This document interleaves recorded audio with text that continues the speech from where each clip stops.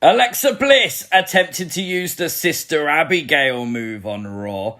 Mr. Vince McMahon shows up again. And yes, Ezekiel and Elias are together again. This is things you might have missed. And before we get started, make sure you've hit the like button. And if you are new to the channel, hit the subscribe button too. We started Monday Night Raw with the Raw Women's Champion Bianca Belair telling us Rhea Ripley is out of the match. Now, last week, Rhea Ripley actually told us a possible reason as to why. And that is that she had her teeth knocked out during the Fatal 4-Way where she qualified for the number one contender spot. Now, that meant we had a Fatal 5-Way to crown a new number one contender for Money in the Bank. Did you catch the moment where Alexa Bliss came down to the ring and she was talking to Carmella and she mentioned someone with a certain chin? And of course, she was referring to James Ellsworth and the fact that James Ellsworth actually won the Money in the Bank for Carmella when Carmella won Money in the Bank. History lesson. But during the match, Alexa Bliss did go for the Sister Abigail move. Oh boy, this has got the wrestling world talking for sure. Of course, she would have hit it, but it was Becky Lynch that stopped the move from happening. Now, this is bizarre to me because we've been talking about a change in Alexa Bliss. We haven't seen a change yet, physically, but are we slowly seeing one in her character? Going for a Sister Abigail might be very significant.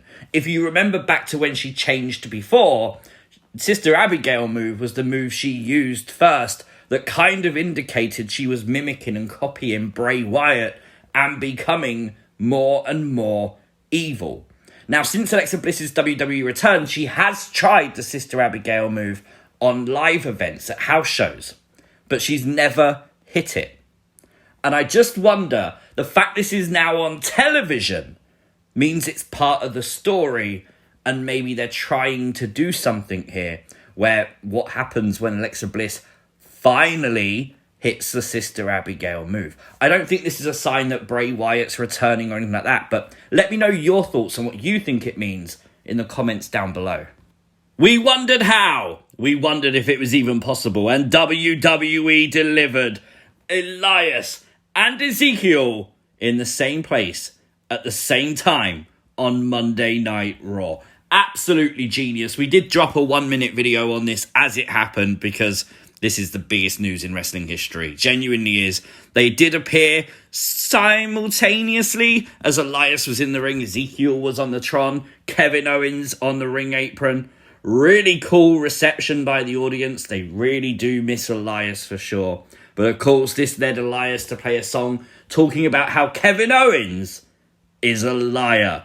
And then he obviously does what all big brothers do and beats up the bully as he hit Kevin Owens with a guitar. But it didn't end there for Kevin Owens as he came face to face with Ezekiel just after he walked backstage. Again, further proof. He knows Elias is in the ring, yet Ezekiel is right there in Kevin Owens' facial expressions. Just pure perfect. I love this. Absolutely love it. Again, we had no idea how WWE was going to pull this off. We all know there's certain ways that this has happened. I don't care. I absolutely love it. They got this so freaking right. If you're a kid watching this, you got no idea what went on. And next week, we might even get freaking ELROD. Hold on, ELROD. I couldn't even know how to look at the screen. But genuinely, this is genius. Well done, WWE. John Cena returns to Raw next week.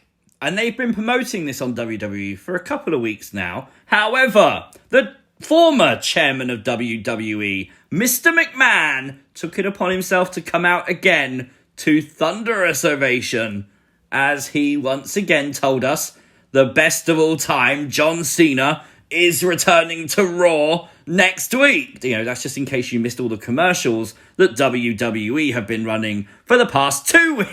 I love it. But we do have some information on John Cena's return. Something interesting popped up on WWE Shop. His new t-shirt. Hustle, loyalty, respect. However, on the back, it reads, down since day one. And when you know WWE, why would you do that? Because we all know that's the Usos thing. down since day one-ish.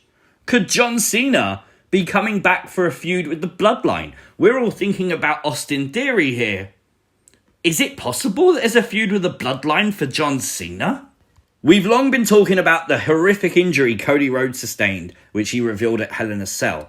Of course, Cody is recovering well, and we hope he comes back soon, but he revealed on Twitter today that his mum actually thought it was makeup until Brandy, his wife, called her and told her the news. He even worked his mum! How cool is that? Riddle was talking about how important it was for him and Randy for him to win Money in the... No, don't worry, he didn't get in. Omos is in Money in the Bank. Although I've got to say, it was actually enjoyable to watch Omos face someone else for a change instead of Lashley, because that feud felt like it went on forever. And it was a good match. Of course, we saw Seth Rollins looking on after Riddle name-dropped him, and Seth attacked Riddle after the match. So it looks like after Money in the Bank, could we be setting up a feud between Seth Rollins and Riddle? I'm down for that. Seth's obviously got nothing to do with Cody Rhodes being gone. So, yeah, Seth versus Riddle, sign me up. WWE on USA are teasing a new member of the new Judgment Day.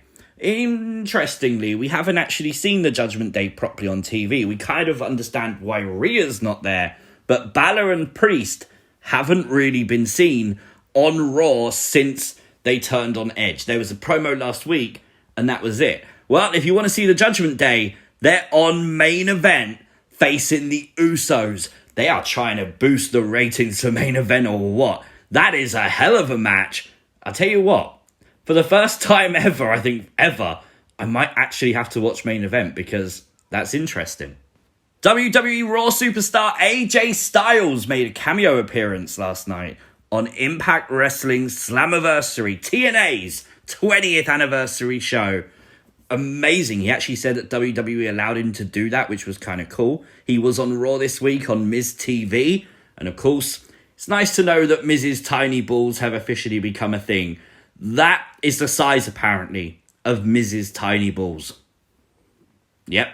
We need a Miz Has Tiny Balls t-shirt, please, WWE. Get it done. But of course, this led to Ciampa coming out. And someone pointed out to me last week, Ciampa keeps interrupting Miz TV, helping The Miz each week. Ciampa and The Miz set for tag team gold, potentially.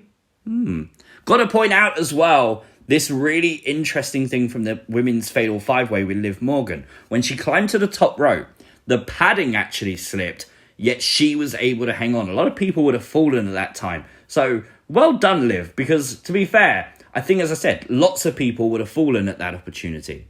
Also, massive shout out to Becky Lynch. When she came crashing down, she put her feet down first because she realised she was coming down hard, pretty much on the face of Liv Morgan. So you can see her there arching her back a little bit, trying to get those shoulders to hit the mat. Becky is on the cover of the Money in the Bank poster with Seth Rollins, of course, this year. All the merchandise right now for Money in the Bank is available on WWE Shop.